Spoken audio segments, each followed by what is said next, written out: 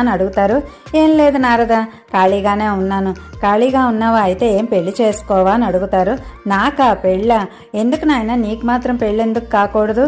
శివుడు పార్వతి ఎలాగో, విష్ణుమూర్తి లక్ష్మీదేవి ఎలాగో, అలాగే నీకు ఒక వధువు కావాలి కదా, అందుకు నువ్వు పెళ్లి చేసుకోవాలి నాయన అని సెలవిస్తారండి నారదుడు.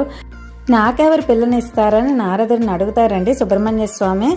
శ్రీమన్నారాయణ యొక్క పుత్రిక శ్రీవల్లి ఉన్నది అని చెప్పి అప్పుడు సుబ్రహ్మణ్య స్వామికి తెలియజేస్తారండి నారదుడు.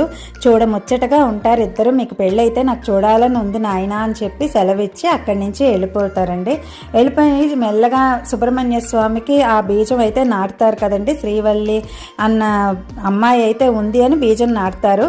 కాకపోతే ఎలా చేసుకోవాలి అని అనుకుంటూ ఉండగా పార్వతీదేవికి వచ్చి సుబ్రహ్మణ్య స్వామి, అమ్మ నాకు పెళ్లి చెయ్యి అని అడుగుతారు. నాయన నీకా పెళ్ళ, ఎవరిని చేసుకుంటావో చెప్పు, తక్షణమే చేస్తానని చెప్పి సెలవిస్తారండి. పార్వతి